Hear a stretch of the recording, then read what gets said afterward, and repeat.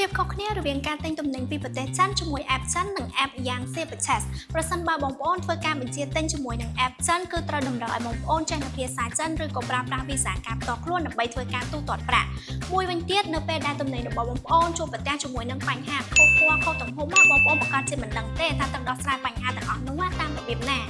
ក៏ប៉ុន្តែបើសិនណាបងប្អូនទិញទំនិញពីប្រទេសចិនជាមួយនឹង app យ៉ាង Superchest វិញបញ្ហាទាំងអស់ខាងលើនឹងត្រូវបានដោះស្រាយ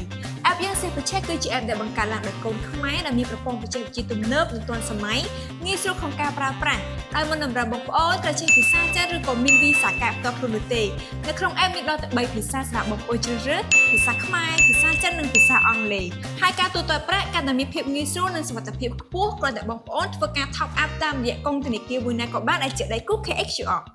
មួយវិញទៀតមានក្រុមការងារនៅចាំជួយដោះស្រាយយ៉ាងលឿនរហ័សនៅពេលដែលទំនិញរបស់បងប្អូនជួបប្រទះជាមួយនឹងបញ្ហាផ្សេងៗតម្លៃដឹកធូរថ្លៃត្រឹមតែ$1.2ក្នុង1គីឡូក្រាមចំណែកឯទំនិញតូចៗក្រោម1គីឡូក្រាមវិញគិតតាមខាងជាក់ស្ដែងចាប់ពី$1,200រៀលឡើងទៅហើយរយៈពេលនៃការដឹកជញ្ជូនគឺលឿនរហ័សខ្លាំងមែនទែនបងប្អូនត្រឹមតែ7ទៅ10ថ្ងៃតែប៉ុណ្ណោះទិញទំនិញពីប្រទេសចិនដោយខ្លួនឯងងាយៗជាមួយនឹង app យ៉ាង Superchest